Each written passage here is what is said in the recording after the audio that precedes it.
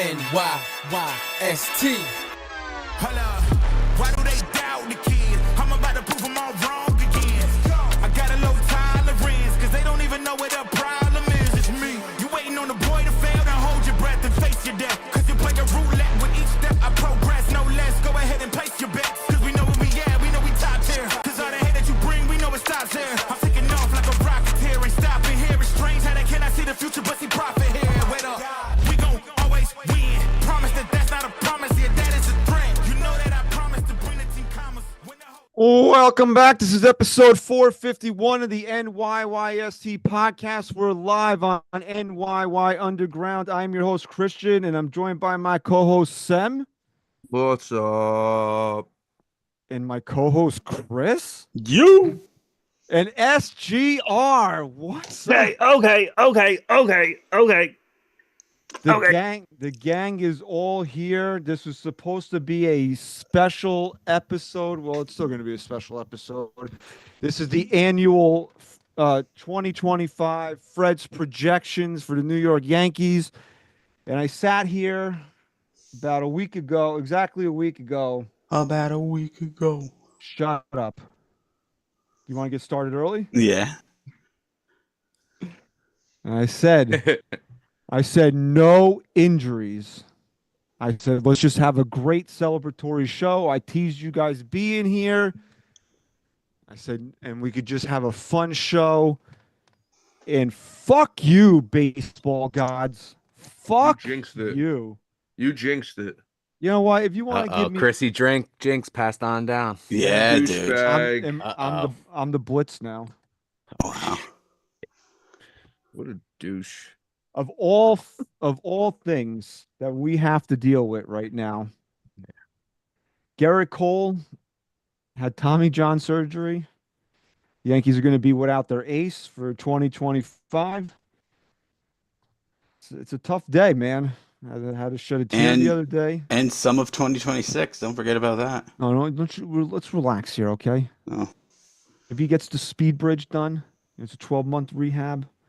You never know. They didn't say what it was yet? Look, I'm in mourning still, okay? I'm in mourning over this. Oh, so when I asked you what it was, you're being a fucking wise ass to me this morning. Dumbass, he had fucking Tommy John surgery. You asking me Which surgery one?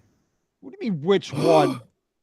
Bro, you're Asked me, supposed did they to be announce the what Yankee surgery? source. You didn't You tell asked me me what shit. surgery he had. I told you what surgery he had. Okay, That's which how one? I can't even make it out what it means, this bridge technique thing. It involves using sutures and a bridge to reinforce the ligament repair. I think it's a faster recovery. Yes, it is definitely a faster recovery time within But 6 to 9 months. I think it's more for hitters than it is for Yeah. pitchers. I think pitchers still need to go through the full recovery process because Jason Dominguez had this done. Ooh, it's bioengineering technology. Oh shit! Yeah, Did they innovative. did they use AI for it? He will be a cyborg next season. So well, chat, this is a special episode, so make sure you hit that like button, subscribe to NYY Underground. Pete and the crew are going to be leaving for Tampa just as soon as the show is over, so there'll be plenty of spring training coverage from NYY Underground. And if you're listening to this podcast on your favorite podcast platform on Thursday morning, subscribe there as well and leave us a 5-star rating and review. And please tell everybody NYYST is the official Yankee podcast of Odyssey. Bro, we got a lot to get to tonight. Everybody's here, so let's just dive right into it. This sucks, man. There's really no other way to describe it. There's really two injuries that can really derail the Yankee season. This is 1A. We all know who one would be, and we're not going to say it. Nope. Because I will literally put my head through this fucking window in front of me if it happens. But yeah, you guys know that this is my guy right here. Can you see him? He's right here. Fuck for Cole. You want to get thrown off the show? Because I don't need you tonight. You're so full of your cup for Cole. It's okay. I like that. Me and Chris are just here to trigger you tonight. Yeah. Okay. All right. You Okay. want to trigger me tonight? We'll trigger you. Okay. Well, you know what? All You right. already threatened to throw me off, so I Chris was is gonna gonna. one up it now. Chris is gonna one up it now. we were gonna take it easy on you tonight because you were all like, "Oh, I'm scared." I'll have I enough am. triggering because I'm excited to be back, but I'm extremely pessimistic about this team. So You pessimistic? yeah, Wow. Wow, Yeah. what a shocker! I'm completely shocked, dude. Wow, you really He changed. is literally Randy Quaid from fucking Major League. They'll find a way to blow it. That's you. Anyway,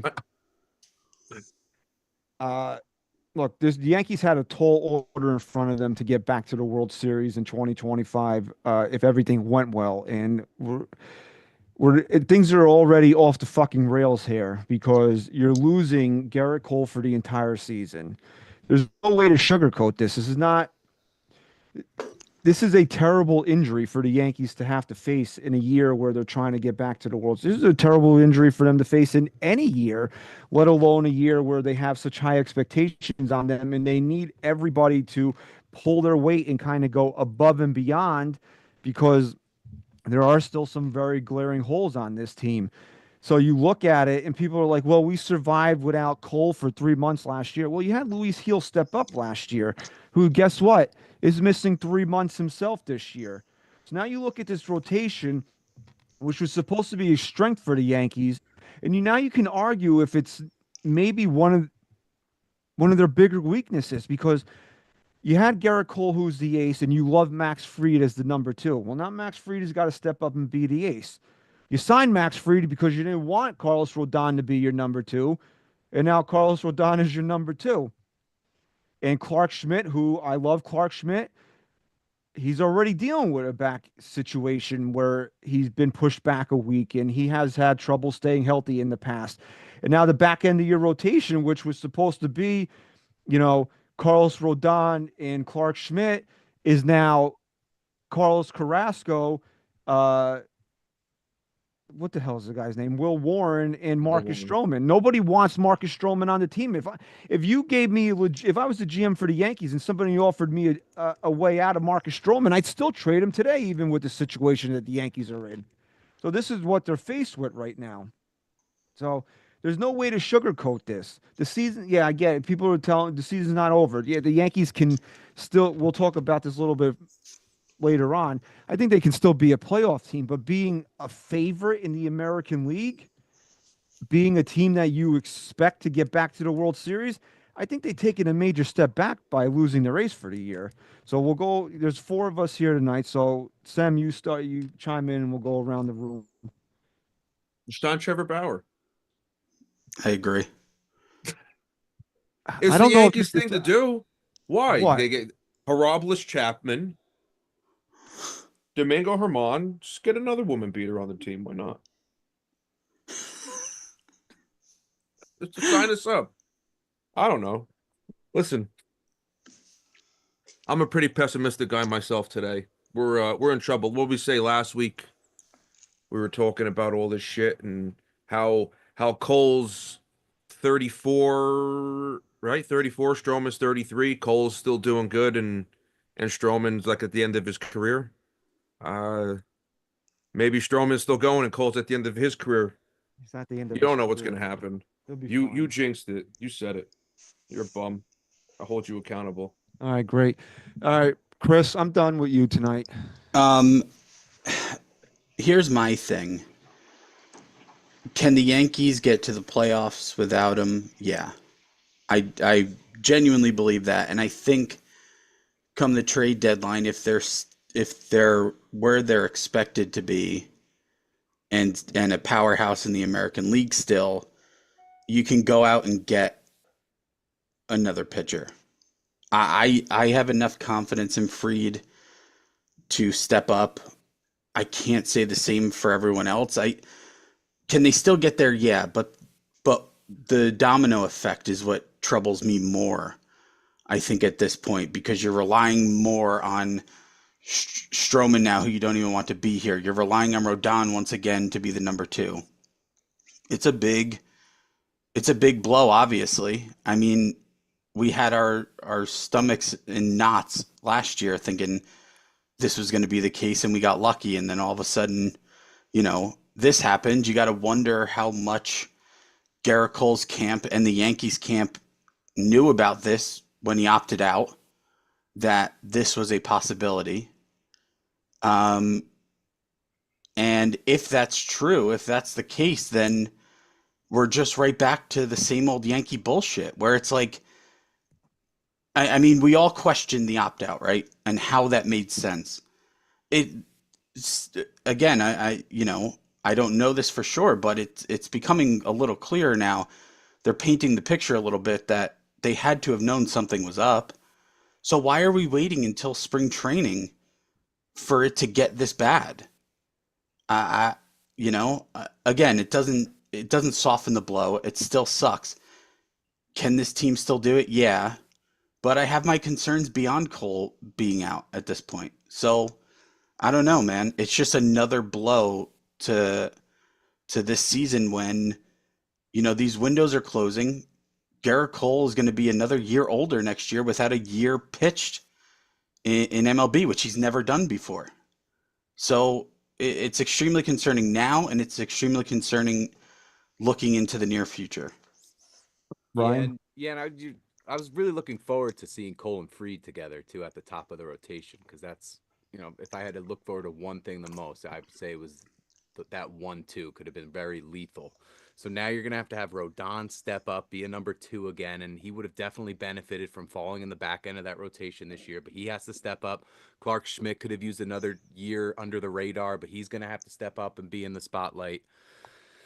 The optimist in me is saying the American League's still not that great, so it might not be too big of a hit as far as the field goes, but I mean, this is obviously as massive a blow as you can have. He's the best pitcher in baseball. I just want to put all this Trevor Bauer shit to bed. I don't want to hear his name ever mentioned again from anybody because, number one, this guy hasn't pitched now in 4 years in the major leagues. Has it been that long? He is not the answer. He last pitched in 2021. He is not the answer, okay? And if you really look at it, go and look at his numbers. In his entire career, he's had one full season where it wasn't half a season or the COVID season. He's had 162 game season where he had an ERA under 4. He's not that good. Mm-hmm. So stop with Trevor Bauer. I'm tired of hearing about it. The minute that a Yankee gets a fucking hangnail, sign Trevor Bauer. I'm tired of hearing his fucking name come up. He's just not that good. He was a fucking head case way before the whole shit with Lindsey Hill came to light. Remember when Terry Francona went to go get the ball from him and he threw it in fucking center field? Yeah. Come on. That was awesome. Yeah, you know what else great. sucks with this too is that 5th inning is just not going to die anytime soon because that's going to come back when he finally does return. We haven't seen Cole since that 5th inning, and because that was his last appearance, right? That was that terrible. Yeah, but I'm glad you brought that back up because I also wanted to say, you take things for granted. This team was in the World Series last year, man, and when you look at the numbers, if you look at it just final scores, it looks like the Yankees got blown out, but the Yankees, outside of defense and stupidity, the metrics put up, the Yankees should have won. They should have been going back to LA up 3-2, no doubt about it. And you wasted that away now, and you're in a season where you absolutely have to get back to that place. And now Gerrit Cole's done for the year. Is it still World Series or bust, or are we just happy to make it into out of the wild card game this year? I think it's always World Series or bust, but at this point, you have to be happy with a competitive team through the regular season because like SGR just said, the American League just isn't that strong. And if you can go into the postseason with Fried and maybe a different side of Rodon that we still have yet to really see, I mean, anything can happen. We got a super chat from. Hold on one second. We got a super chat here from Rich Squires. He says, "I'm more worried about not having Stanton than Cole. We had a 44-17 record without Cole, which is true. Which is I mentioned early in the show. they also had Luis Heel last year, which they don't have now. They don't have the guy who Do they? stepped in for Cole. So now somebody's got to step in for Cole and step in for Luis Heel. That's where the major swing is coming from, where you could say, okay, we survived, but you survived with the rookie of the year pitching at almost a pace that was better than Cole did in his Cy Young year. You know, Chris and I argued about Will Warren a lot. I still really like Will Warren. I think he's shown a lot, especially the spring training. Well, he really looks a lot different now than he did a year ago. So, but are you going to get that type of performance out of Will Warren? I think everybody would be happy if he pitches to like a 4.5 ERA, which would be, quality start level, 6 innings, 3 earned runs. If you're getting that type of performance out of Will Warren, you'll sign for it right now. Nobody knows what Marcus Stroman is. He was great in the first half last year. He pitched to a 3.5 ERA, and then he completely fell off the face of the earth. But again, nobody wants him on this team. If you could get rid of him right now, you do it. Yeah. So your depth is what? Carlos Carrasco at 37, who you're hoping I don't know, man. There's just not as much to be optimistic about with the starting rotation. And come the trade deadline, the Yankees are going to have, this is where the Yankees made a mistake in 2023. They didn't make any additions because the team didn't show they were worthy of it, but they also didn't trade off any pieces that they could have just recouped something for. The Yankees in 2025 are going to have to show Brian Cashman and Hal Steinbrenner they're worth investing in at the trade deadline. Yeah. This is the third year in a row. So you got Cole, then you signed Rodon, and you're expecting, we're going to have the greatest, pitching rotation. Then Rodon gets hurt, doesn't come to halfway into the season or towards it was a while. Then last season, all right, we got Cole, Rodon, we're going to do, they added Stroman, whatever, whatnot. And then Cole goes down, he doesn't come. And now this year you're finally expecting, all right, we're going to have Cole, Fried, Rodon, Heel. And now not only do we not have Cole, we don't have Heel. Schmidt is hurt. It's just another year. And, you joke about Cashman saying, Stanton is part of his game, but injuries just really seem to be part of the Yankees game, the past few years. And it sucks.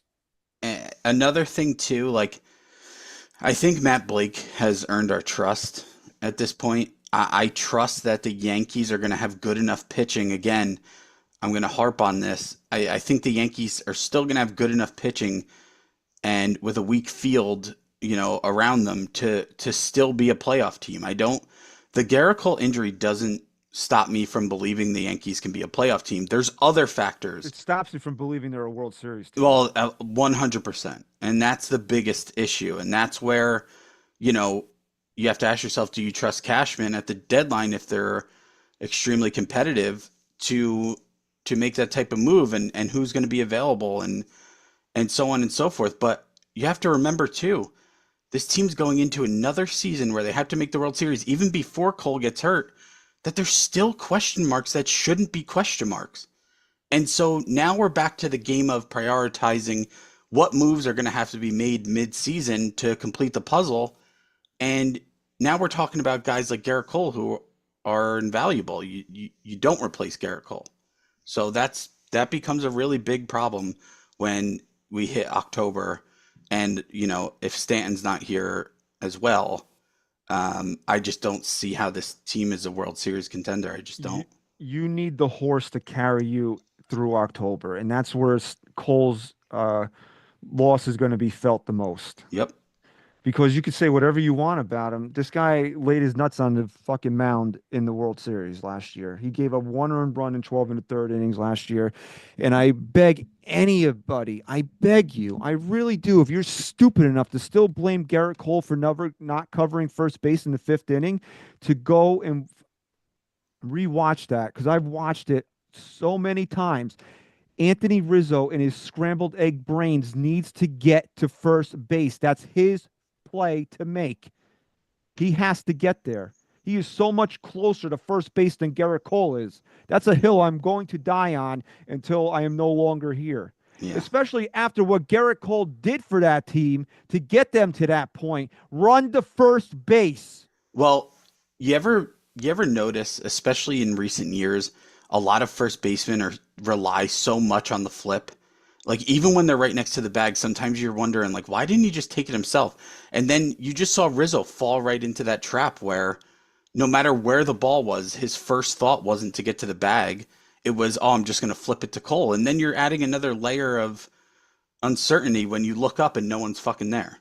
No, somebody in the chat asked if Rizzo's a free agent still because of that play. No, he's a free agent because what did he have what did he He's hit horrible. last year? What did he hit, like 220 with 4 home runs or something? His back is always going out. I He's- mean, Scramble egg brains. Scrambled Brain.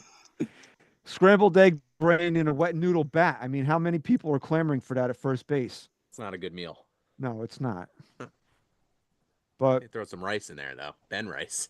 Oh, shit. well, Ben Rice Didn't is, mean to do that. Ben Rice is somebody that the Yankees are going to look to step up. I would think, especially in the absence of John Carl Stanton.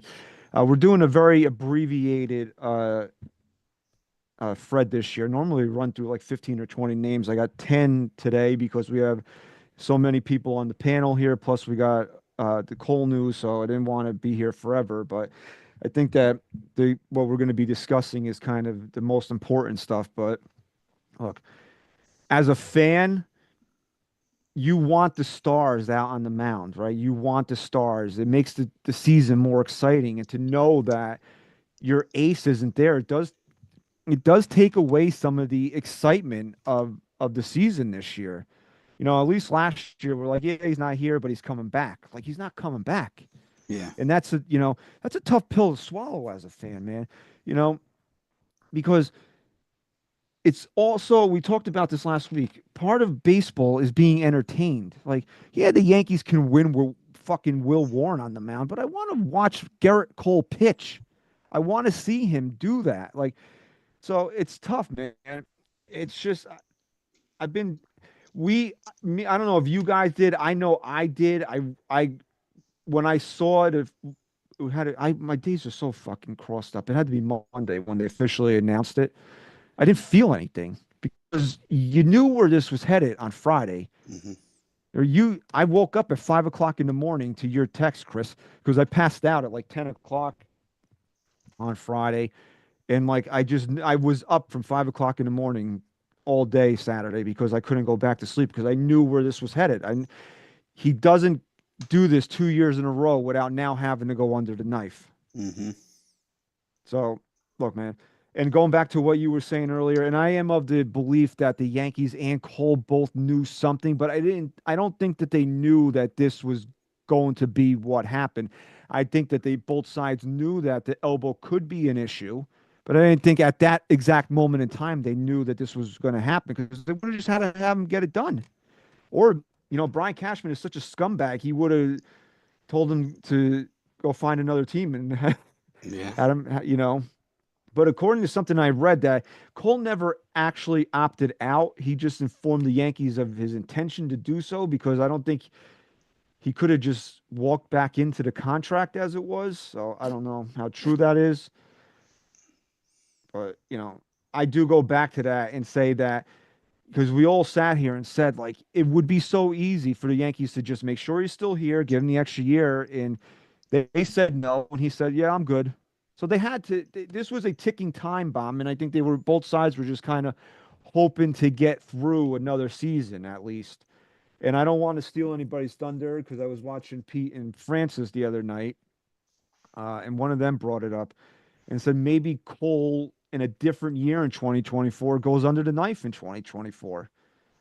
Maybe.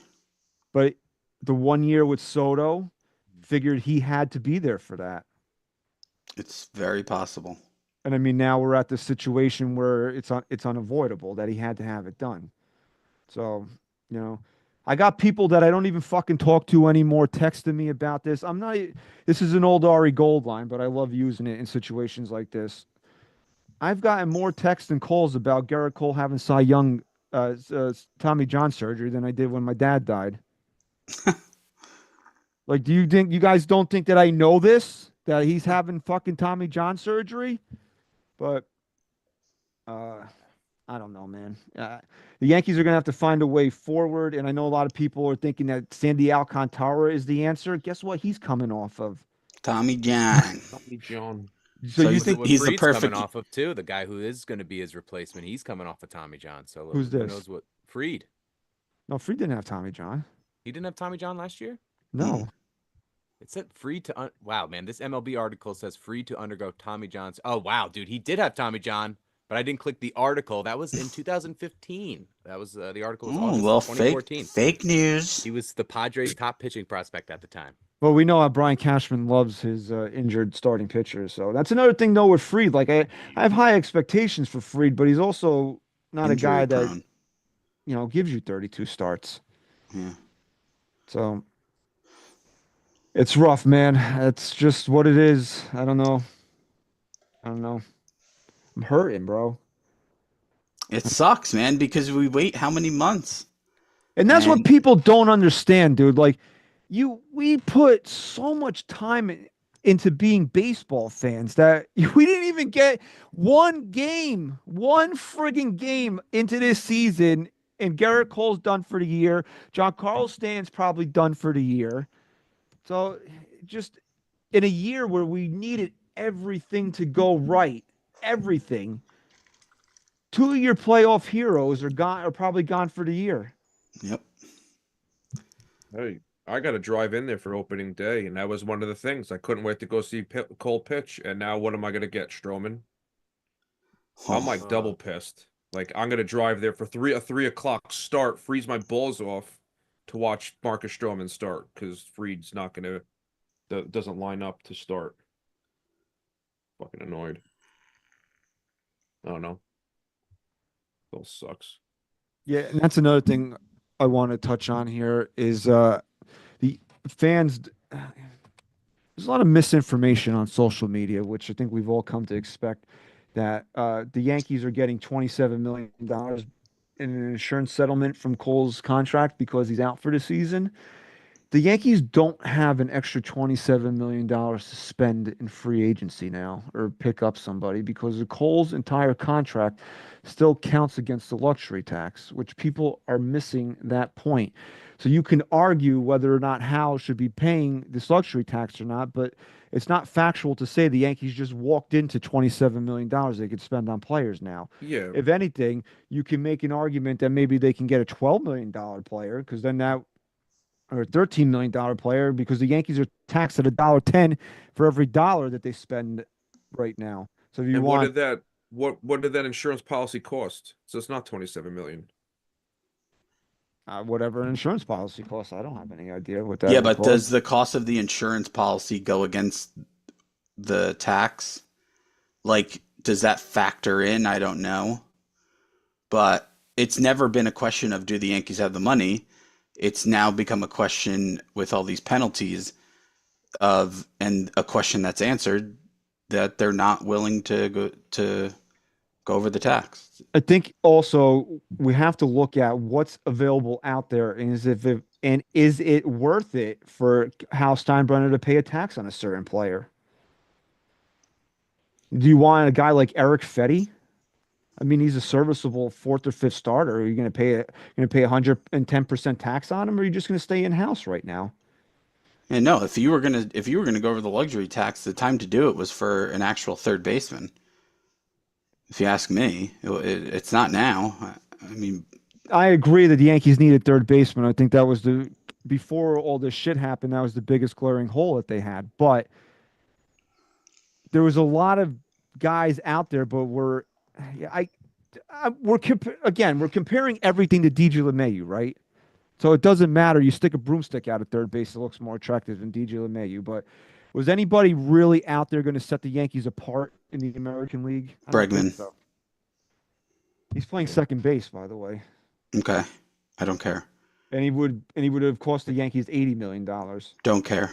I know you don't care, but he's not an $80 million player. You asked not if there gonna was have- anyone that would make them a seriously better team. Yes, Alex Bregman. And I don't think Alex Bregman, again, I'm comparing it to DJ LeMahieu, which, yeah, Alex Bregman is an improvement over DJ LeMahieu, but he doesn't profile as somebody whose power is going to translate at Yankee Stadium. He's going to rake in Fenway Park. I don't have any doubt about that, but he's not, right-handed pull hitters don't fare as well at Yankee Stadium as left-handed pull hitters do, or right-handed pull hitters fare in Minute Maid Park or Fenway Park. So, again, and did they offer? And I forget, did they offer him a qualifying offer? Because that's why the Yankees walked Yes. away from, that's another reason why.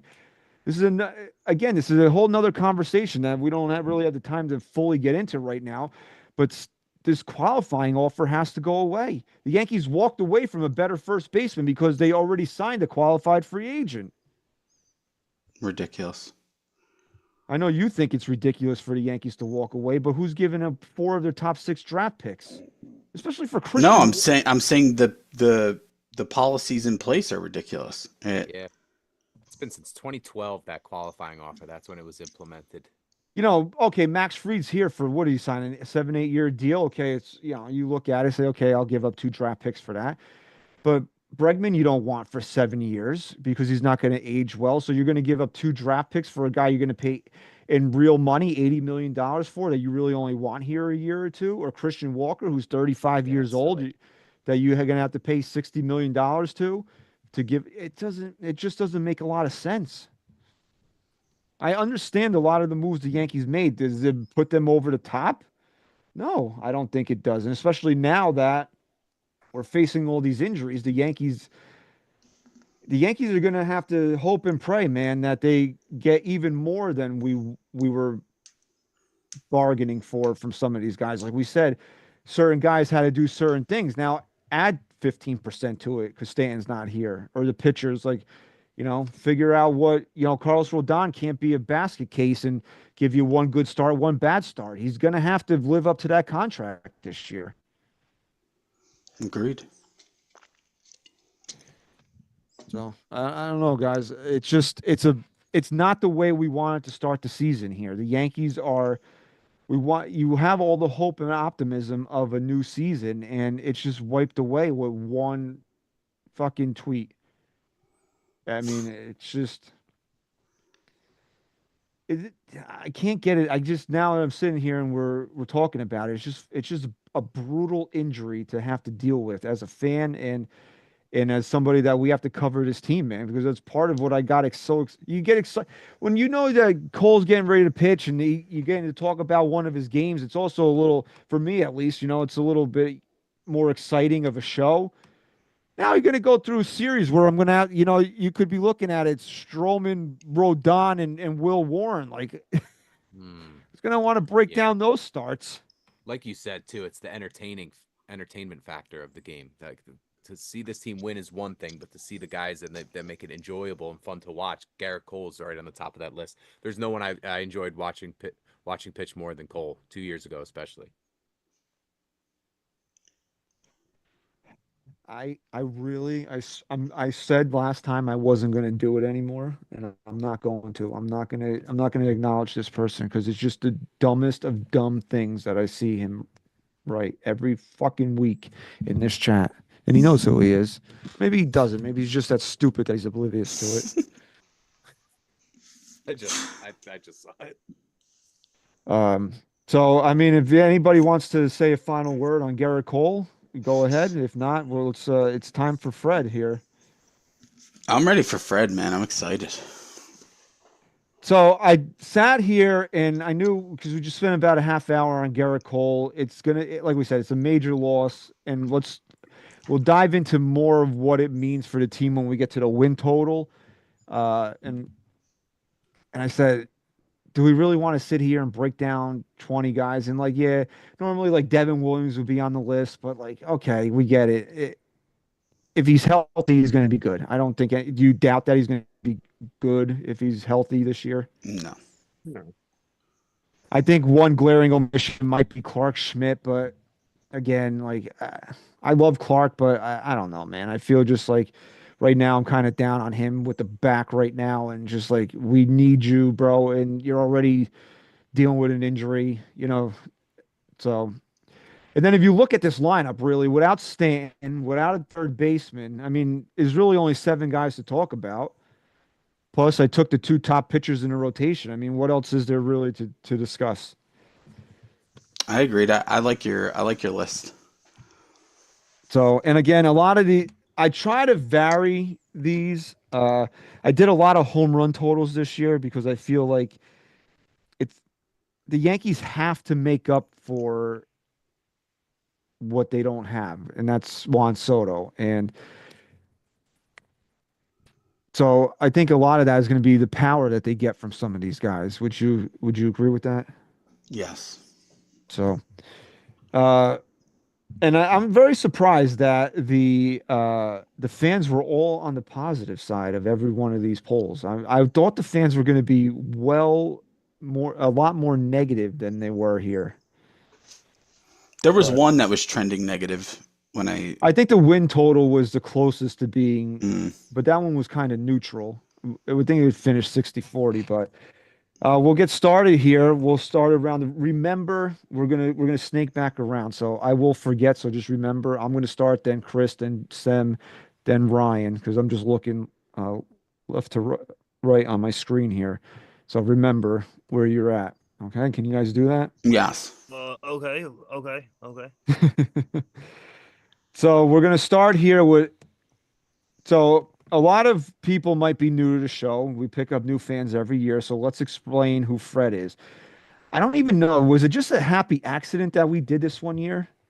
And we were just bullshitting on the show and I was looking at something on Baseball Reference. I think you were just looking at the over unders and we started laughing because there It's was his one that was projection like for the year, right? yeah, there Yeah. was one that was like really ridiculous. Yeah. And then that's Clay Holmes or something, maybe? No, it was a while. It was before that. yeah, I don't remember. So it's funny. I think it was just a happy accident one year. Like you said, I was just messing around on Baseball Reference and was looking at some of the projections and they were like super off. And then we started to do this show every year where we take the projections on Baseball Reference, a stat for each player, and we debate over under. And then somewhere along the line, the algorithm got a name and we named it Fred.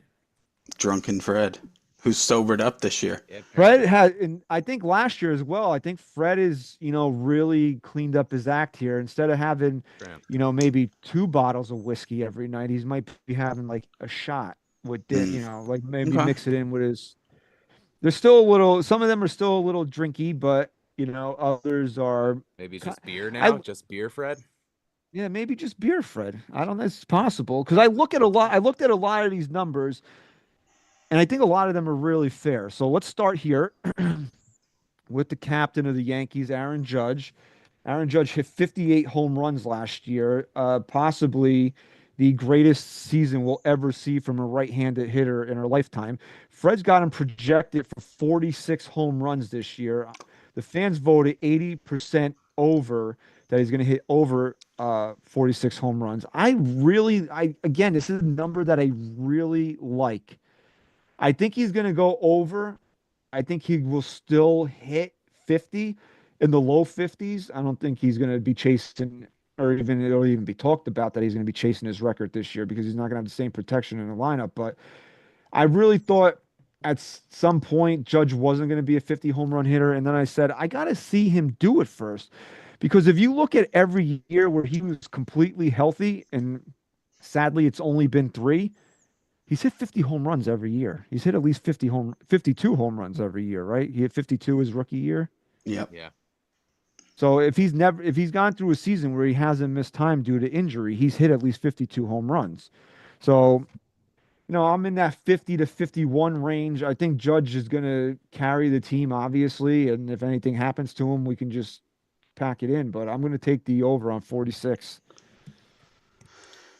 Yeah, I'm going to go over there. There's one thing that people don't realize. It was a very unique situation for Aaron Judge last year where you saw a guy get protection from someone in front of him in the lineup in Juan Soto, which isn't typically the case. And I say that because Juan Soto getting on base so much, you got to a point where you look at the depth of the lineup last year, pitchers didn't have the luxury of pitching around him when guys were on base and he was getting up. I mean, this year, Judge might not have the table set in the same way where teams might have an out on the board and they're willing to pitch around him to get to the next guy at this point. I'm going to still go over just because it's Aaron Judge and I still see him hitting 50. I'm in the same boat as Chris, or as both of you. I'm over. I think he'll get close to 50, if not break 50. Obviously, there's not having Soto, not having Stanton. It's going to have a big effect. No one in front of him, behind him. Got to see how the other guys are hitting. It's all dependent on the lineup and how they're performing around him. Can he be what he did last year? Who knows? But I think he'll at least hit 50.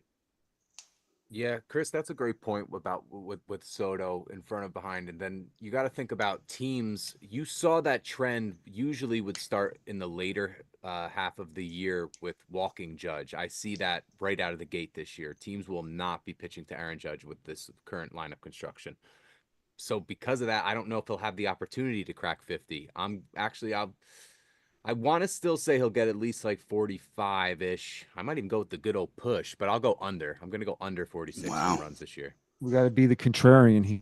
Yeah, Okay. I was going to go over, but then you three all said over. I'm going to switch things up. All right. So before we move on to the next player, I want to ask you guys' opinion while I have everybody here. It looks like the lineup is going to go Wells, Judge, Belly. Are you with Boone in putting Aaron Judge second, or do you still want Judge to bat third, even without Juan Soto? Chris?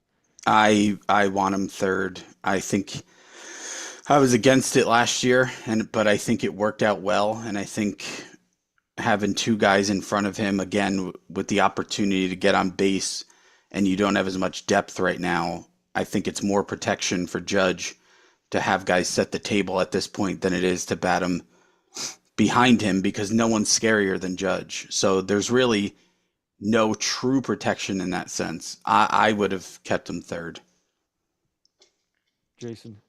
I just keep him third simply for the fact that he says he likes to bat third. Keep the guy where he wants to be. See how it pans out. If he's not panning out, then move him to second after, trying it out for a while. Yeah, that's definitely one side of it. You want that comfort there, I guess, batting third. But the way that this roster is constructed, and I like the lefty-righty split, the lineup, the front four is better constructed with Wells, Judge, Bellinger than Goldschmidt. You've just made an excellent point, which I Yeah. was going to bring up. Is it change your mind that the Yankees seem set right now as batting Wells leadoff, that it goes lefty, righty, left instead of left, left, right? Because I was a big proponent of Aaron Judge staying third. You put Bellinger second, because even though it's not Juan Soto, it's still another lefty who I'm expecting, and we'll talk about it when we get to Bellinger. I'm expecting a big year out of Cody.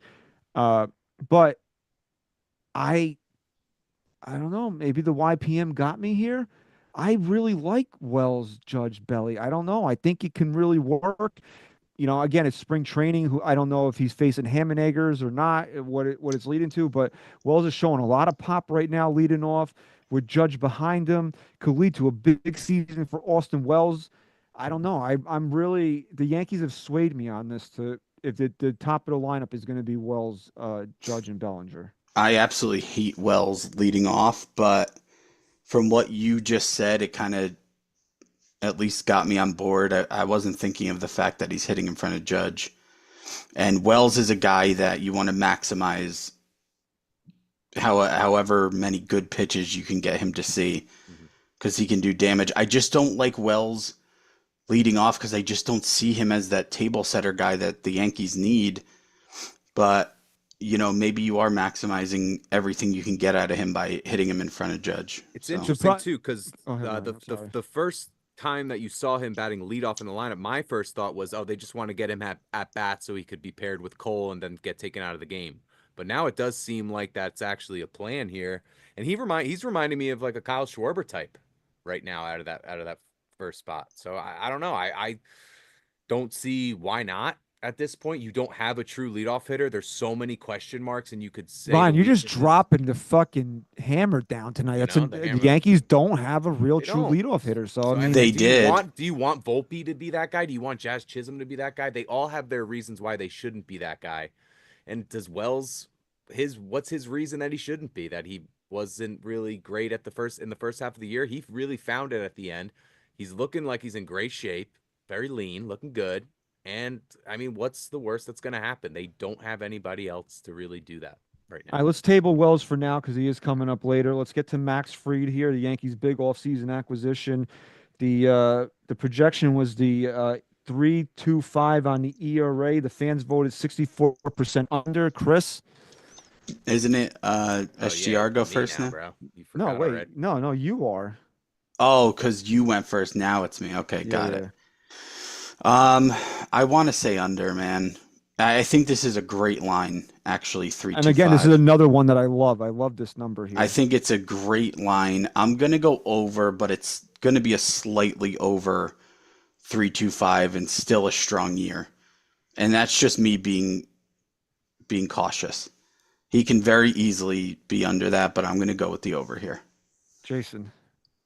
So I saw my hair banging going on upstairs. Your godson's being an animal. Nice. I'm gonna go with what was it? I'm gonna go under. You know what was I? I think they said that he gets the most ground balls to third base in the league. Whatever I was reading earlier today. I have faith in my guy Peraza and Cabrera to play good defense. So I think that they'll keep his ERA a little bit lower. Yeah, I'm also gonna go under. He's only gone over 3.25 once, and that was in 2019 to a 4.02 ERA. The guy's a stud. The last time the Yankees played the Braves and he pitched, it was one of those moments where you wanted this guy on the Yankees. Yeah. So I'm gonna go into it as optimistic as possible because the stuff that this guy has, I see it actually translating very nicely. And now you're telling me this ground ball rate, that's exactly what this team needs. And again, hasn't gone over that in 6 years, so I don't see that. Just real quick before you go, Christian, I don't know if this is true. I thought I read this, but I think he has the best or one of the best ground ball rates of any starting pitcher in baseball. Yeah, currently in the league, I think that's what I was reading earlier. He's the best ground ball rate to third base. Yeah, Right. so I mean that's obviously going to play really well. So when I saw this number, I said to myself, like, if you fast forward to October 1st and I saw Max Fried's numbers at the end of the year, this is pretty much where I expected his ERA to sit. But to be fit, to be an optimist here, a little bit after all the doom and gloom that we've dealt with, I'm going to take the under. I think he's probably going to be over 3, but like in the teens, like 3.17, something like that. I really think that, I don't know, maybe I need this. Maybe we need this. I think he's really going to step up and relish the opportunity of being the staff ace for the Yankees with Gerrit Cole out. And I think we're going to see even a different side of Max Fried than Major League Baseball has seen so far in his career. Just to add there, Max Fried, he has the third best ERA amongst all qualified starting pitchers since the beginning of 2020 with 2.81 ERA, 54 and 25 over 112 starts in those 5 years, and Fried has the fourth best ground ball rate in that same span at 54.2%. The guy's a stud, man. He's just got to stay on the mound. Stud. It's a stud. 58.8% for 2024 was his ground ball percentage. I'm trying to find what it is the third. Yeah. Let's get a third baseman out there, huh? All right, so next up we have Anthony Volpe. I harp on his OPS all the time, so it only made sense that I went with OPS for Anthony Volpe. Fred's got him set at 691. The fans voted 64% over, so we'll start with Sem on this one. I'm just bearish on Anthony Volpe in general. I have no faith in him. I think I kind of gave up on him last year, so I'm the wrong person to really ask about him. I don't think I don't think he's got it to do it. I think he's a flop. Personal opinion. So that's an under. Under. And Bearish. I said and bearish. What was that number? What was that number? 691.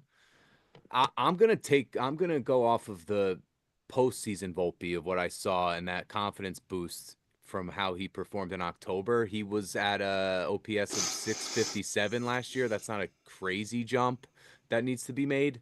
I see him building off of that October. I was on the Sem train. I was done with Volpe until I got to see him in October, and that was kind of what we were waiting for, to see how he would be in October, and he kind of proved us right here that was the guy we kind of expected to come out, and then he did it in October. Now I think that the fact that he was now able to show himself that he could play that way when the lights are brightest, I think it becomes simplified coming into the beginning of the year. So I'll go over. I'll say this about Anthony Volpe. If he cannot get over this number, we need to get a new shortstop in 2026. I mean, this guy has had a just dreadful 2 regular seasons here as a Yankee. His OPS actually went down last year compared to his 9 rookie points, year. yeah. It's and then, I cut something that I said about Volpe from the show last week, and I put it on TikTok, and somebody's arguing with me like, you need to lay off. He added 30 points to his batting average last year. I've never been less impressed by a guy adding 30 points to his batting average than Anthony Volpe. Well, he cut his home runs in half, too, at the same time. So, I mean, why? I'm supposed to be impressed that he hit some more singles. Were they impactful? Because didn't he have the same amount of RBIs last year as 60-60, yes. Yeah, exactly. So, I mean, what did they really mean for the Yankees? On base went up 10 points. Oh, great. I mean, I needed to nothing. go up like 110 points. Yeah. But like you said, Ryan, and this is what gives me hope about Anthony Volpe. The OPS was 800 in the postseason. The kid rose to the occasion. He's one of these guys that stepped up when the lights were the brightest. So does he do that over 162 now? Now, this is where we talk about where the Yankees make up lost offense. It's here. He needs to be a guy at minimum whose OPS is in the mid 700s. So if you make that's like a 100-point jump from last year. That's a productive player. That's a player that belongs on a major league field. That's not a guy that you're regretting every decision that the Yankees ever made regarding him now. So do I think he can do it?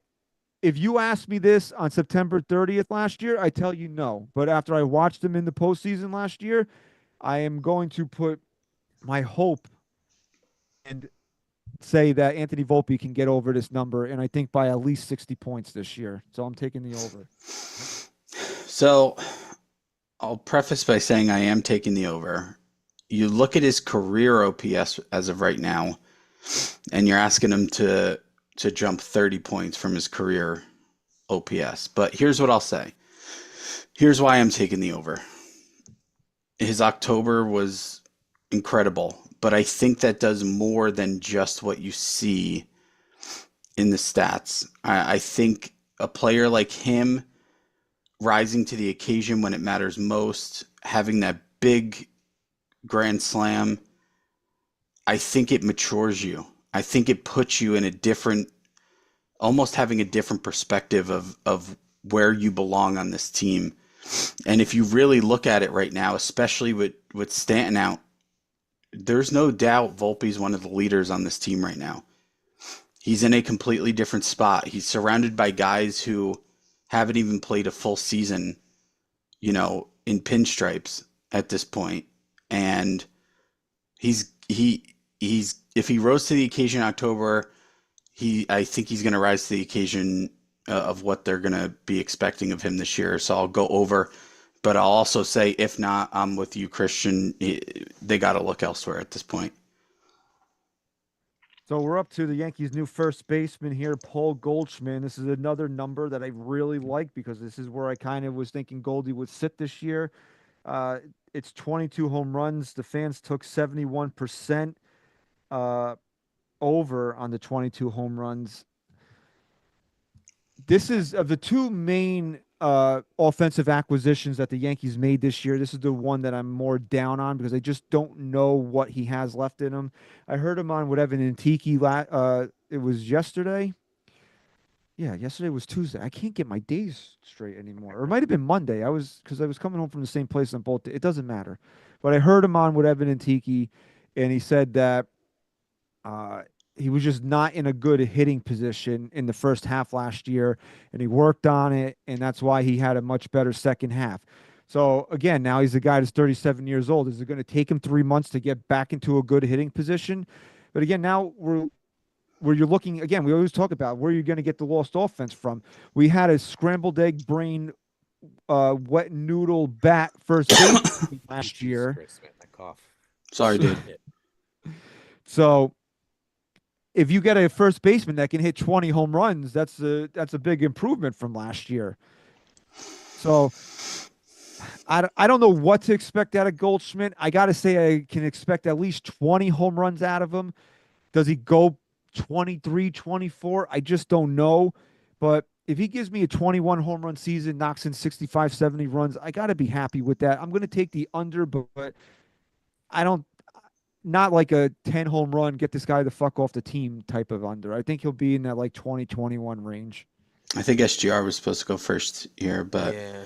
Did I skip you, Ryan? yeah, you're right. I'm SGR, sorry. you go, dude. I'm gonna go over. I told you I was going to forget. One, the fact that he had that terrible first half last year. He found it and he still hit 22 last year. I see him picking up where he left off there. He does have something to prove here with the Yankees. I'm looking at his spray chart here of his home runs, where they go. They're kind of all over the place, so it's not like he was a pole hitter, type of home run hitter. He could take advantage of that right field porch. He should get 22 easily, so I'm going over. Yeah, I'm really hope I'm wrong because I like the guy as a player like throughout his whole career, but I'm just really down on this move by the Yankees. I think it's under. I think he's a huge flop. I don't understand why they went in this direction. We've been harping on the fact that the Yankees haven't had solid corner infielders in any serious team, and how much of a need it was to have a true, power hitting dominant first baseman over there. And we're in a year where we talked about how important it is to get back to the World Series, and they opted for this move. Again, I could be very wrong. I hope I'm wrong. I'm going to go under here, and I think the Goldschmidt move is going to really just not pan out in any way, shape, or form. Then before you go, somebody in the chat wants to know if you wanted Josh Naylor, Chris. Specifically, they asked you. I absolutely fucking despise Josh Naylor. I would have absolutely taken him with open arms over Paul Goldschmidt. I would have been open to it too if the Yankees made that trade. Because Naylor at least produces and comes through in some big spots. He needs Ozempic, but he can play first base. Okay. He's in Arizona now. And you want to know something? The guy's a gamer too, man. You saw what a pain in the ass he was in the ALCS. Absolutely hate his guts, but he would have been a more competitive option, in my opinion. All right, Sam. You're just a Canadian sympathizer. Is he Canadian? He's from Canadian, Canada? but- Oh, Yeah, no. I'm almost positive. Never mind then. I think we made the right choice. I want to say under because I know what it's like to be 37 years old and get out of bed in the morning. But I'm looking at his numbers. He's hit over 20 almost every single year. Right. So I mean, I don't really know enough about Paul Goldschmidt. I'll give him the benefit of the doubt, and I'll just say over. Josh Naylor was born in Mississauga, Canada. I don't know. How to You can't even pronounce that shit. Oh, Mississauga. That's how you spell it. did you watch the last Super Troopers? Off topic. The second one, I think I've seen it, but I don't remember anything about it. Did you take the They're- over or the under? Over. What was the point about Super Troopers? Is that the one where I think that they're chugging maple syrup in the thing? I just think of it. I thought that was the first one. They do in the first one, but what's it to them? But I'm pretty sure they'll watch it tonight. Okay, watch it tonight. All right, so we got check back next time. we got Jazz Chisholm. I took 321 on the on base percentage. The fans voted 71% over. The reason why I went on base with Jazz is because I think a lot of Jazz's value is going to be what he does on the base paths this year for the Yankees, and his ability to create runs and with his speed and athleticism. So he's a guy that needs to be on base a lot for the Yankees to maximize his value. Yeah, sure, I could have picked his home runs, but I think he's going to hit 25 home runs, whether he has a 290 on base or a 350 on base. I think he's going to be in that 25 to 30 home run range. So I don't think that's as an important stat for Jazz Chisholm as I do his on base percentage. And 320, Ryan, can you just verify this for me? Because it was around that last year, right? As a total, 325 last year total. right? 325 last year total, and it was a little bit higher with the Yankees, right? It kind of just has the total here. Oh, okay. I know in Baseball Reference it does split it, but Well, all right. So, wait, if it's a split, then it was 323 for Miami and then 325 for the Yankees. so he was even. Wow, I didn't Yeah. realize that. I thought he was better. Well, he was. I thought he was much better with the Yankees. Okay, so this is right in line with where he was last year. I think Jazz has got to be a guy that adds a good solid 25 to 40 points on his on base this year. He's what I noticed about Jazz last year, and this could be a product of the Yankee Stadium, is that his swing gets way too long. I didn't watch enough Jazz. I'll admit I didn't watch enough Jazz Chisholm in Miami, so I don't know if he was just swinging for the fences because of the short porch, or if he does have a truly naturally long swing. And I felt it was really at its longest in the postseason, especially in the World Series. So I think he was trying to do too much because I don't know, maybe you guys can correct me. I felt it got longer as the season progressed and the games got bigger. 100%. So I would like to see him shorten up and be a guy that plays to more contact, learns to work pitchers more, and gets on base. Because I don't remember exactly when it was. Remember, dude, we all had we were excited. We were texting each other. See, we were saying that's it. That's what he does when he created that run all by himself. Yep. The Yankees need more of that. That's how this can be a dynamic offense. That's how this team can score runs in different ways without having to rely on 2 MVP candidates. So, 321 is below what he did last year. So I'm going to take the over, but even more so, the Yankees need much more than that. It needs to be in that 350 to 360 range for him. Yeah, I took the over here for Jazz. Again, he's just a guy that, yeah, he excites me when he gets on base and manufactures runs. I'm not too high on Jazz. I don't know if he's a true difference maker, but he can be. But I still took the over. I think he'll fall into the over on this throughout a full season with the Yankees. So I'm over 321. I'm over. I think he was playing pretty good last year up until he made they got lucky comment, and I think it all just went to his head, and he couldn't. I think he buckled under the pressure there, and that's when he started playing a little bit shitty. But I'm high on Jazz. I like Jazz. He was all excited to watch him play. So yeah, I'm going over as well, just because you look at his numbers in his career. He's been right around that 321 ballpark for most seasons that he's played. Plus, again, an optimist. Jazz is going to be so important. You might not think he's a difference maker. He's going to kind of have to be a difference maker this year. Right now, he's going to have to step up, and I'm hoping that he does. I think he's going to take on a leadership type of role this year and really kind of get into this full swing of things of being a Yankee and having a full season in pinstripes will be beneficial to him. I see him stepping up for this team this year. I really do. Over.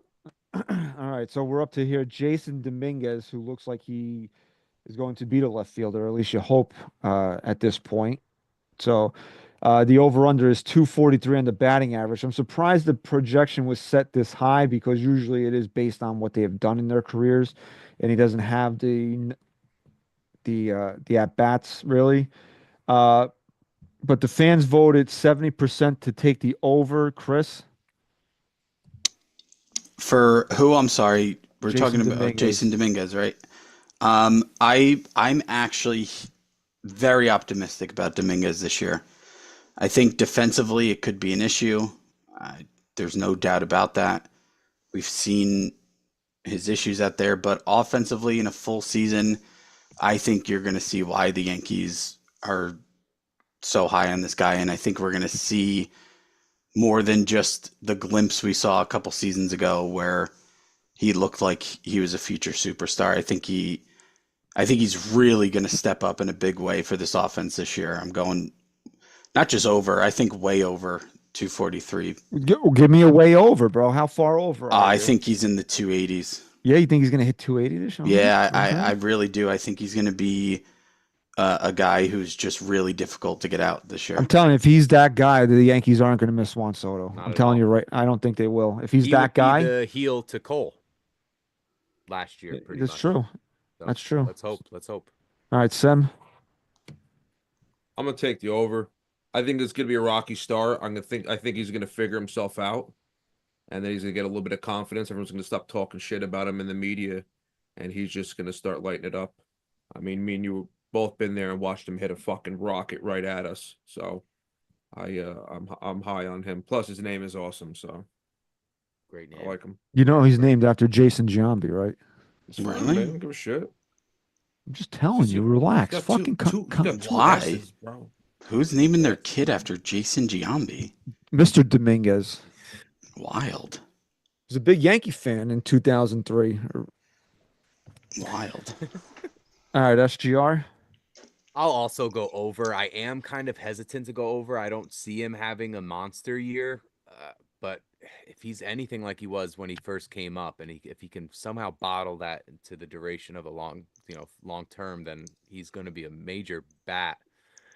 The question mark I have for him is the off the field stuff. It's the media. The narrative with him is going to be, I know he's playing left field, but this is a guy that is now going to have to supplement the loss of Juan Soto. And I think him more so than any other, up and comer in this roster is going to have to answer those questions the most and have to deal with that kind of narrative the most. So it's going to be a lot of mental fortitude for him, that he's going to have to prove that he's capable of handling this kind of, media here in this and playing for this team.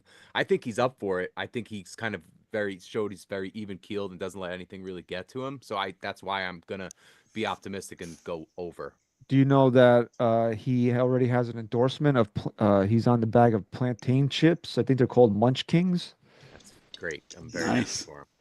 And are you triggered by the fact that he's one of the guys that is growing a beard?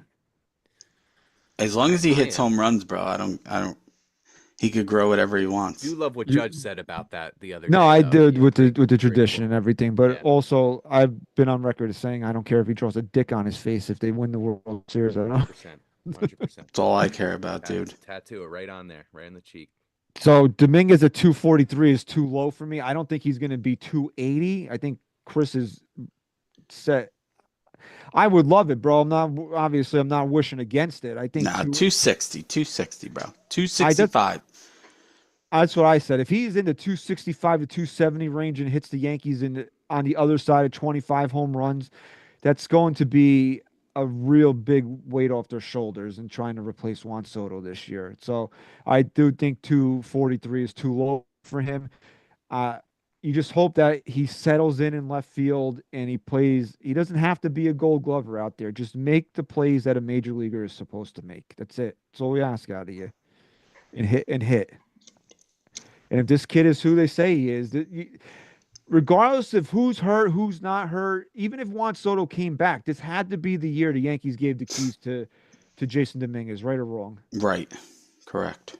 So I'm optimistic. I'm excited. This is, if you want to look at bright spots and things that I'm really excited to watch with the Yankees this year, it's what Jason Dominguez does on a baseball field. So we're up to Austin Wells. Who's starting this one? Sam. So Sam, this was this was low, but based on because he hit 13 last year. How many did he hit, Ryan? I don't know. Wellesley, I want to say you're right on the number with that, though, Christian. You got such a great memory of these kinds of things. He did have last year. He hit 13. You're right. Yeah, 13. So 14 is the projection. The fans voted 96% over. This is the biggest swing one way or another in the polls. So, Sam, what do you got? I'm gonna go over. Are you stuck? No, I'm just thinking. I'm stuttering because you're being an ass, being mean to me.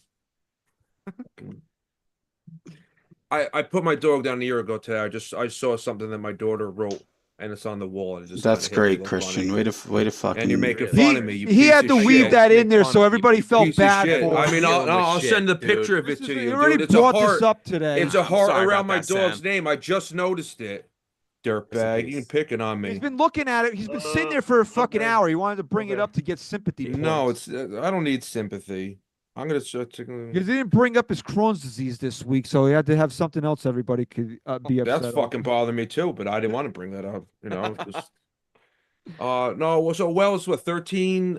He played how much of the season last year? Then they put back fucking what's his name in? I can't remember the guy's name anymore. Jose 'Cause he's got me going. Trevino. Jose Trevino. You know, you're gonna give Wells a full season as a starting Catcher. catcher. I think he'll improve on his numbers. Brian. Yeah, I put him in the 20s range.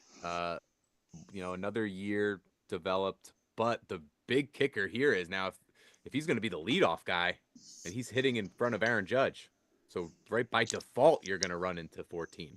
So I'm going well over that in the 20s, mid 20s, maybe even to the 30s. We can go. No, I'll stick with 20. Over.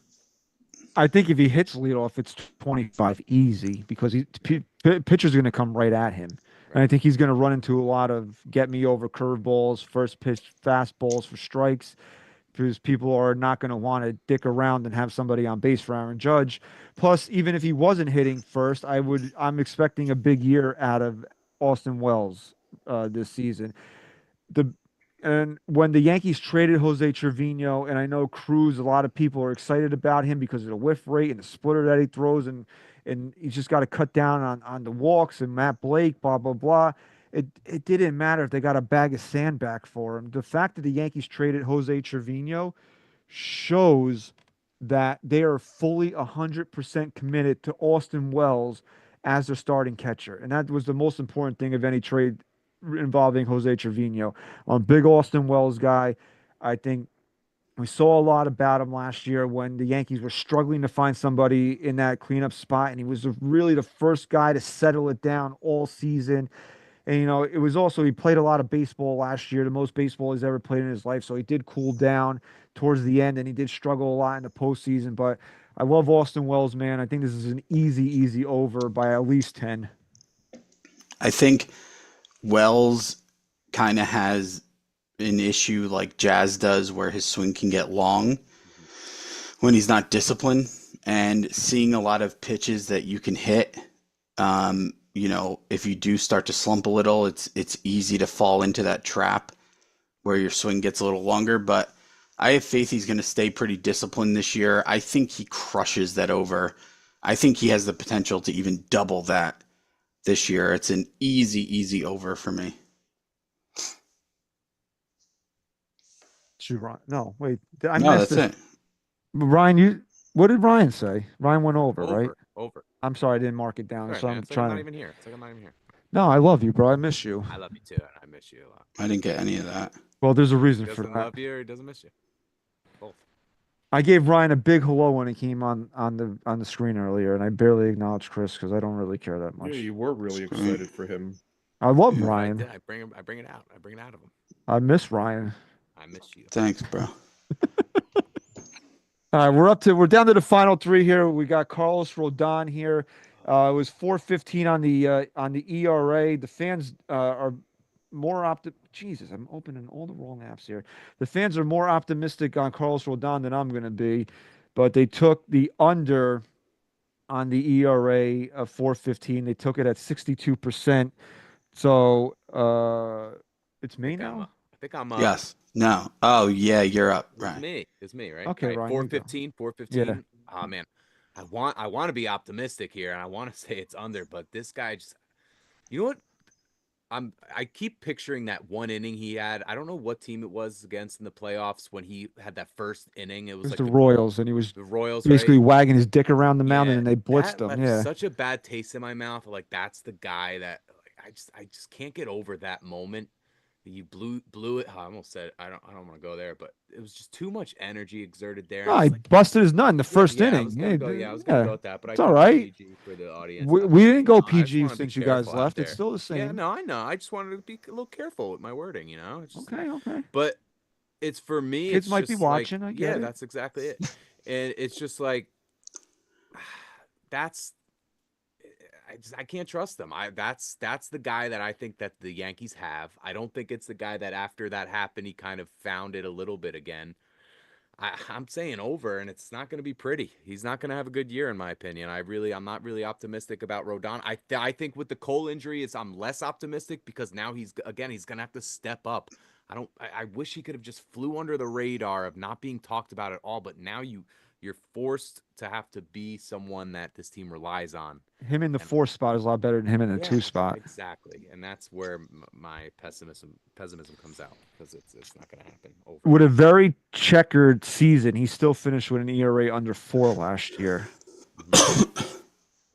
Yeah, just I'm not. I don't have the faith in him. I wish I did. I don't either, man. I want to. I want to love Carlos Rodon, but I don't. This is one of those numbers where I don't want to be a chicken shit and say under like 410. It's either is he going to pitch in the 4s or he's going to pitch in the 3s this year. The Yankees absolutely need him to pitch in the 3s, right? You need to replace Gerrit Cole. You need to replace Luis Heel. This guy can't be one good start, one bad start, one good start, one bad start. They need him to be the guy they signed 2 years ago. Or it's 3 years. Jesus, he's been here 3 years already? Crazy. Holy shit. But I just don't know, man. I really don't know with this guy, because he can go out there and just dominate and look like a beast out there.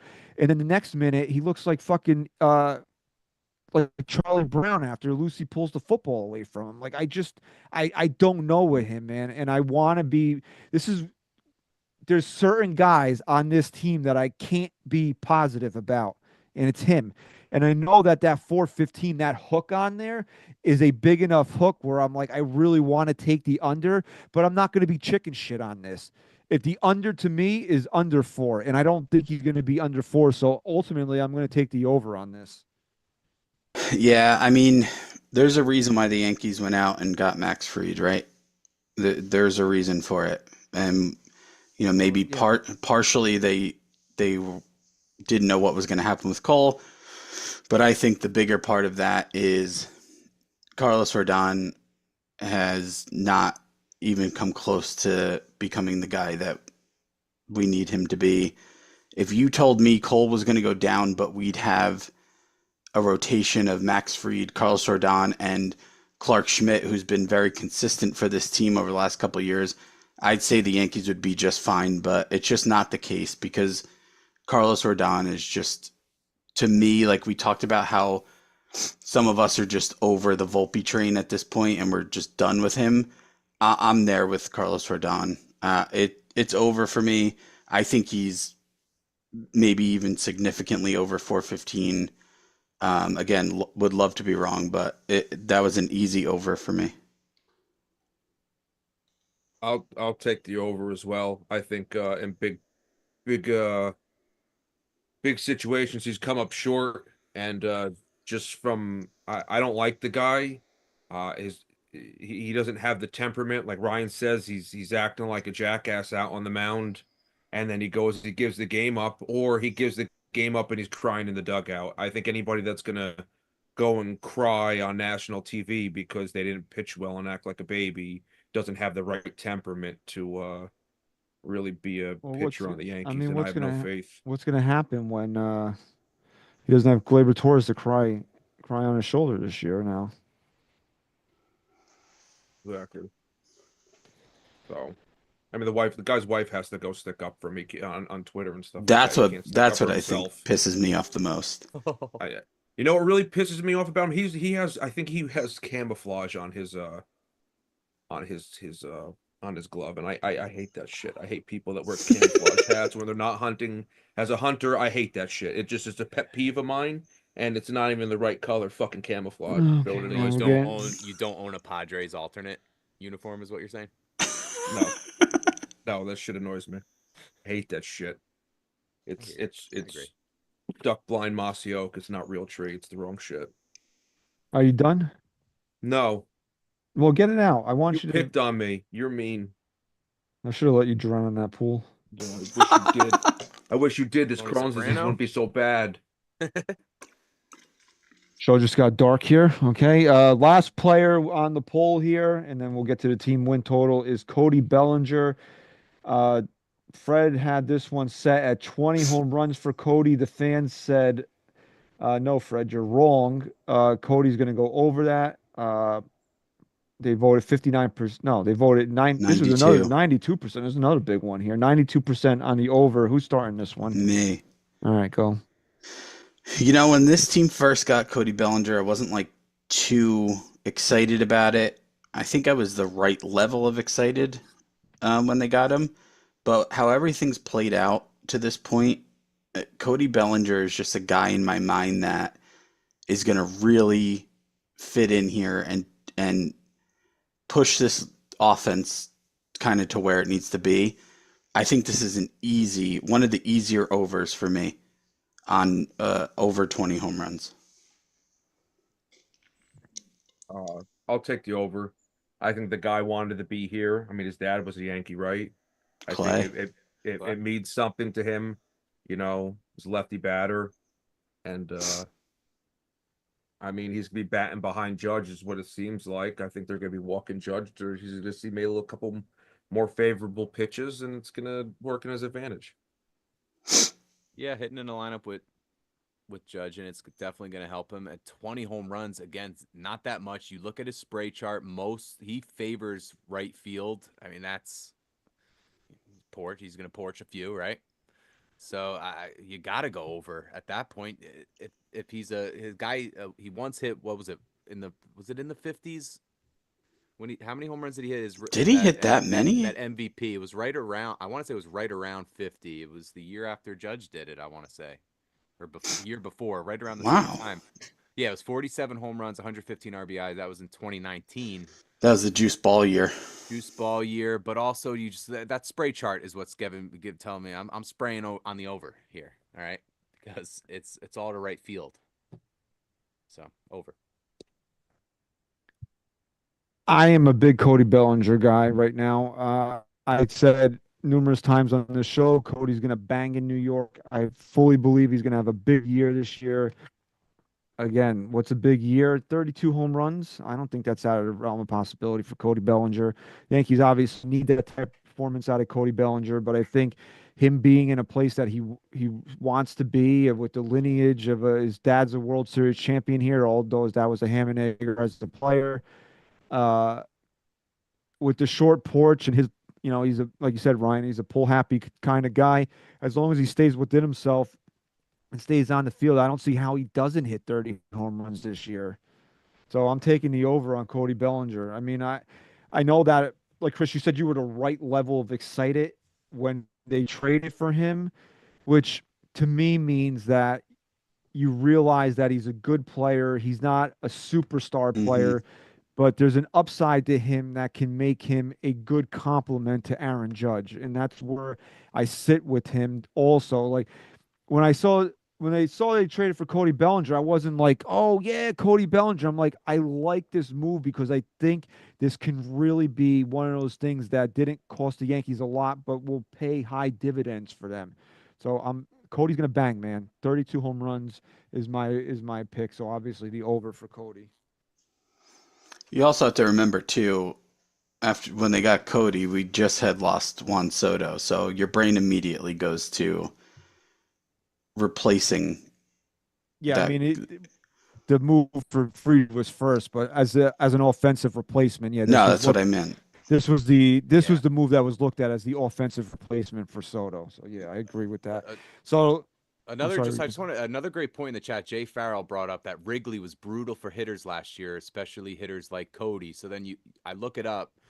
Number 1 best ballpark for home runs was Yankee Stadium, and then down at like 25 was Wrigley Field. So he's now at a hitter friendly ballpark in terms of the long ball. So great point, Jay Farrell. Well, Cody's also, this is one thing, I should preface this. If he's going to bang this year, he's got to stay on the fucking field because last 3 years, 144, 130, 130. Yankees need 150 out of him, man. This is a team that has to stay healthy offensively because the guy that you allow, quote unquote, to miss 40 or 50 games is probably going to miss 162 of them this year. So the Yankees really can't afford any guys missing 30 or 40 games this year. So Cody's got to stay on the field. That's an important part to all this.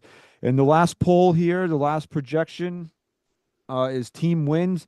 The Yankees were up around like 92.5 at the beginning of spring training. And this can just tell you what certain guys mean to a team in the eyes of the bookmakers because they fell all the way down to, I don't do the half for just argument's sake here, but they fell all the way down to 89 wins as their projected win total now. The fans are still on the majority optimistic here as they took 59% on the over. So whose turn? Jason? Jason. Yeah, Mine. so This is tough. I, I was just over. Just wishful thinking. To keep I don't yourself know. sane. Yeah, because without Cole there, like you said, you lose G, you heels down, and just Cole, he is such a main piece of this puzzle. He's the main cog in the wheel, well, next to Judge, and not having him there, it's scary. It's I'm very glass half full on this whole thing. So, just like Chris said, for my own sanity, I'll take the over. As much as I want to, they won what 94 last year. Was it somewhere around there? So you're telling me they're going to win over or under 89 games, and you lost Juan Soto. Now you lost the best pitcher in baseball, one of the best pitchers in baseball. You did add Max Fried, which is great. You added Devin Williams, is great. I don't know if this current roster will be able to offset the loss of one guy from last year. Man, I guess since I'm on the fence, I'd rather be right that it's over. So I'll go over, but we're talking about all these guys that are going to have to step up. They have to do that if they want to come close. I mean, they won 94 last year, and a lot of things went right for this team last year. They stayed relatively healthy, I would say. Well, just remember one thing to add to that. The guy who was responsible for blowing, 10 or more of those wins is no longer here. That's true. If Clay Holmes doesn't blow just half of those games, great point, Chris. This is a team that's close to 100 wins, but there's still a lot to offset it. So I'll go over though. Over.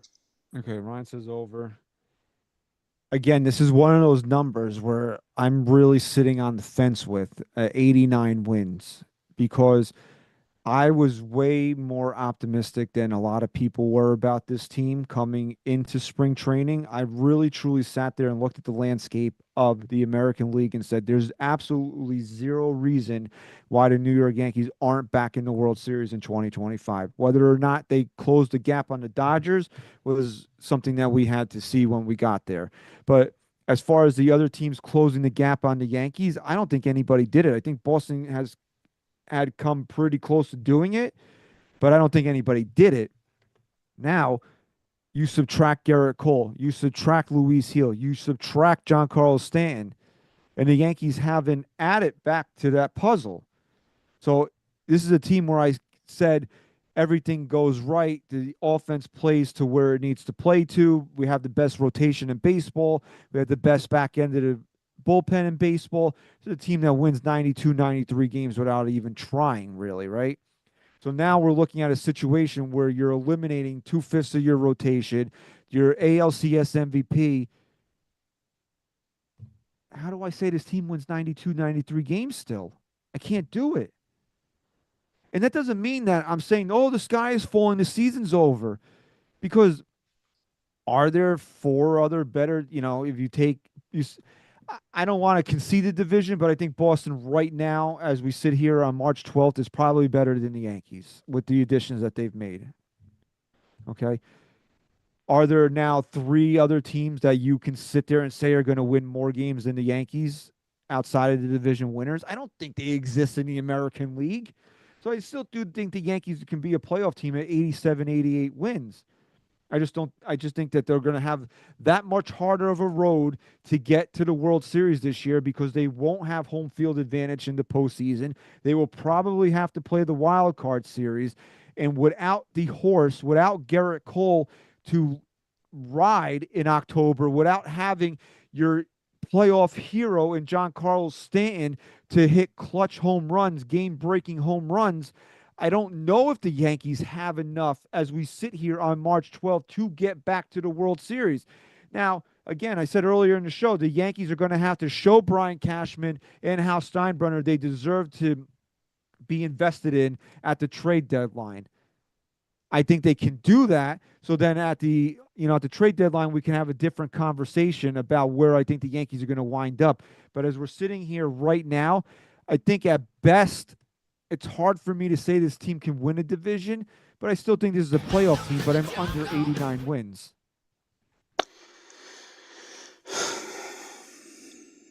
There's a lot at play here. There's, even before the injuries, a lot of question marks. We talk about Stanton, even if he's slumping, what he means to this lineup and creating depth in this lineup. If you ask me, gun to my head, Stanton's not playing a single game this year. You lose your ace. First base, I'm just down on. Your shortstop's a question mark and a big prove-it year. Your third base is a black hole. Your left fielder can't play left field. Again, you lost your ace. Carlos Rodon's a question mark. Clark Schmidt's back's a question mark. Marcus Stroman is in this rotation. There's just too much going on where when you're playing the game of question marks going into another season, you can't afford to have these types of injuries and think you're going to be a 90-plus win team. I'm under. Again, I still think if everything does go right from here, they're still a playoff team, but I can't confidently say that they're going to be 90-plus win team. I got to go under. Yeah, so that's kind of where I'm at with you, man. There's just a lot at play right now, and I am somebody that has been really high on some of these guys and saying that if they play to a certain level, but now you take Giancarlo Stanton out of the equation. Now you take out the innings that you got from Gerrit Cole, the innings you're going to get from Luis Gil, and you're replacing them with, even though I'm a lot higher on Will Warren than some, it's in a complete unknown. You're replacing them with Marcus Stroman, who nobody wants on this team. What if Carlos Carrasco has to make starts? You're relying on Carlos Rodon playing a bigger role on this team than you want it because you went out and signed Max Fried. I'm not saying this again. I'm not saying that the season's over. I don't think anybody should go into the opening day on March 27th saying, "Oh, what's the fucking point? The season's over." Because I don't think so. I think this is still a playoff team because I don't think the American League is very good. If the Yankees were in the National League, we'd probably be having a different conversation right now. But what will happen as the season progresses here? Does somebody become available and the Yankees have played well enough that it becomes worth it for them to make a run at this? I don't know, man.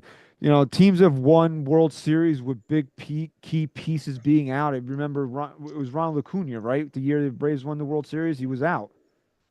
So can it happen? Yeah, but do these things happen to the Yankees? No. So a lot of what's going to happen for the Yankees is going to rely on health. What's left has to stay healthy. One guy in particular has to stay healthy. He literally dragged 25 other bums by the collar into the postseason in 2022. So I think he can do it again. So as long as that guy stays healthy, I think the Yankees have a shot. Just this path to the World Series, which we thought was going to be easier this year because they were going to be the best team in the American League, got considerably harder now. Mm-hmm. And that's where my optimism dies with this team, is that I don't think they are the favorites in the American League anymore as of right now. Even if they're a playoff team, are they a Avengers beating team? No. Even with Gerrit Cole and Luis Gil, I didn't know if that was the case. But I'd rather take another swipe at the Dodgers than lose to the friggin' Guardians in the ALCS, Yep. We got a super chat here before we wrap up from Jeff J. The real problem is the front office / Hal. We are tapped out at 3 or 4 when, okay. You know what? I don't care about what they made last year anymore. I'm just Chris, how many times have we gone over this in 7-8 years of revenue charts? I just can't. I'm just exhausted to the point where, and I appreciate the super chat, but I'm just exhausted to the point where I can't do this anymore. And again, I'll just say this, and I'm not by any means defending the Yankees because I said this earlier in the show. This has nothing to do with the amount of money they have to spend, and it has everything to do with the luxury tax and the penalties that they face. Hal Steinbrenner spends a lot of money, and we haven't seen much success from it. But it just goes back to this, and again, not defending the Yankees, but revenue charts mean shit to me. You can't make an argument that a team should spend more just because of the revenue that they put up. Okay, I can sell T-shirts at $20, but if my cost is 19, even if I sold $1 million worth of T-shirts, it doesn't make me rich by any means. Costs have gone up dramatically everywhere. So great, they had a great year, history-making year revenue-wise, but we don't know their costs and anything. And at the end of the day, the main argument is money's not the factor here. It's the reluctance to go over the luxury tax, to give up draft picks. The Yankees have a blueprint of what they need to do. And I'm not saying necessarily that they don't want to win a World Series. Of course they do. But they're not willing to jeopardize their future of being competitive for what it takes to go all in a single year to get them over the hump. They just aren't willing to do it, whether we like it or not. I feel like Christian right now being the rational one here. But whether we like it or not, they're not willing to do it. If they have to give up draft picks and put themselves in a more vulnerable place in 3 to 4 years from now, they're not willing to do that to go over the hump in this window. And that's been the biggest frustration that I've felt with the Yankees since 2016, 2017. You want a third baseman? Yankees Yeah. Okay. Well, you want to know why you don't have one? Because Aaron Hicks is still on the payroll this year. there you go. There you go. They go over that tax. We've talked about this where they're subsidizing other teams. You got the Miami Marlins who are looking at possibly having a grievance written against them by the Players Association for not spending money. Yeah, they don't spend it. And then what happens is they go out and they spend money, and then the Marlins get part of that money. It doesn't make sense. It's stupid, and it needs to go away. You know, Manfred and the owners are trying to get Sternberg to sell the Rays because they're not putting enough money into the team. Exactly. You have a team that has a shit stadium who now has to go and play at the Yankees practice field, and you want the Yankees to go over and spend money to then give to that team. Yep. Crazy. That's the whole problem. I say this all the time. My neighbor doesn't take care of her property. If you tell me if I put up a fence, I have to pay for her to put up part of her fence, I'm gonna say fuck you, and I'm gonna let my property look like shit. Yeah, it's the way of the world. Why take care of the other people? And that I don't blame Hal Steinbrenner for. That's why I've always said I would love to see Hal Steinbrenner in a non-luxury tax world. Is he a much different guy? I think. I'm of that belief too, man. I just don't think he likes giving away free money. Is my opinion. That's not how the rich stay rich. They don't give away money and stay rich that way. I mean, Steve Cohen did it. Is he going to continuously do it? I doubt that. He's been reluctant himself. And I think he looks at certain things like, is Jose Iglesias worth the 110% tax? No. Is Juan Soto worth the 110% tax? You know, so that's the way I think he also looks at things. What is my money worth here? Is the player worth the tax I'm going to pay on him? And right now, the Yankees haven't come into a situation where they felt that way. So I don't. The Yankees got the money to really go out and do what the Dodgers did. There's got to be a reason why they don't do it. Because, they're going to lose their prospects, so they're going to lose this, but they could just go buy somebody else. They have that money. He's not, I envision he's just really not doing it because he said he doesn't want to give away money. Why? How does that make financial sense? None of us do it. Right. They're going to be doing logic there. The logic there is that they're going to lose prospects, but then you look at the top 100 list that just came out, and the Dodgers have 7 guys on the top 100. So they really aren't suffering in the way that the Yankees say that they would suffer if they do go over these tax thresholds. I don't know, man. I don't know, Jeff. If you're upset that I didn't read your whole chat, I'm sorry. I don't know what to tell you, man. You brought up what they made last year, and I'm just over it with people bringing up revenues every year. Again, appreciate the super chat. Appreciate you being here tonight, but again, it's just we've been doing this a long time, man. We've been arguing with people about it, and maybe that's not your point. I don't know what to tell you, man. It's been a long show. I'm not sitting here breaking down A the long Yankees. goddamn show. God damn it. I'm not sitting here breaking down the Yankees' profit margin right now. I'm The sorry, goddamn profit margin. but God damn it. are you okay? God damn it. Okay, I'm just making sure you're all right here. Just read the goddamn question. Okay, I did. I read it again, and I stopped at 8:04 because I'm as far as my brain is letting me go right now. So it's we're sitting here 2 weeks in a day to opening day. Again, even with all the injuries, I'm still very excited for the season to start. But like I said, my optimism has dwindled here. Losing Gerrit Cole is a punch to the gut, and the fact that you don't have Luis Heel and Giancarlo Stanton is really on a year where the Yankees really needed everything to kind of go right and it's just started off horribly. So notice how we didn't bring up DJ LeMahieu's injury, right? Ugh. I think we did once. Well, not his injury, but him. But, Addition by What subtraction. about putting a stick there instead? Oh yeah, I did. I mentioned the Yeah, broomstick. You're LeMay right. I tag. did. DJ LeMay tag, the washed machine. Yeah, but everything we said about DJ would still stand whether he was hurt or not. You know, part of my job is I have to load a metal dumpster and I crush a lot of washing machines. So I think of DJ LeMahieu on a daily basis. Nice. Since So it was fun having you guys back tonight. Always love when we're all together here. So I say that sometime in July around the All-Star break, we should all reconvene and look at these numbers together. Agreed. So as always, I know the fans were excited to have you and Ryan back tonight. You guys always have an open invitation to show up whenever you want to.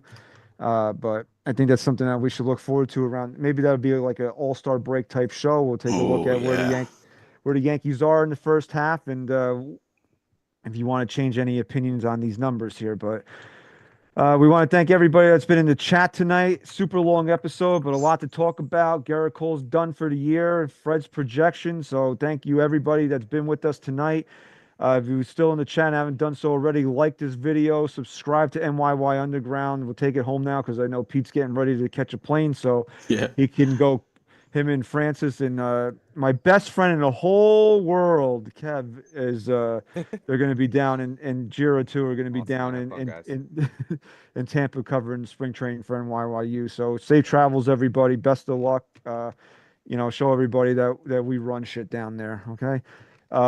So, and if you're listening on your favorite podcast platform on Thursday morning, please subscribe there as well. Leave us a 5-star rating and review. Tell everybody NYYST is the official Yankee podcast of Odyssey. I want to thank everybody for their continued support of NYYU and NYYST. We want to thank everybody for listening and watching episode 451. SGR. Go Yanks. Chris.